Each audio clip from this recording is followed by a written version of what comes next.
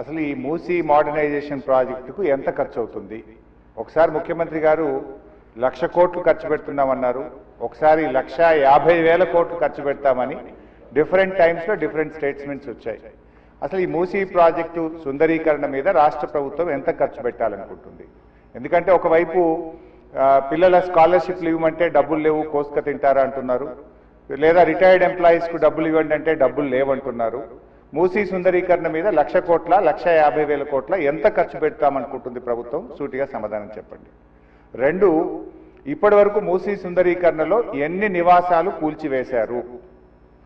ఆ కూల్చివేసిన నివాసాలకు 2013 భూసేకరణ చట్టం కింద పాత ఇండ్లకు కంపెన్సేషన్ ఇచ్చారా? వేజ్ లాస్ ఇచ్చారా? లేదా సింపుల్గా కేసీఆర్ గారు కట్టిన డబుల్ బెడ్రూమ్ ఇళ్లలో అసైన్మెంట్ చేసి పంపారా?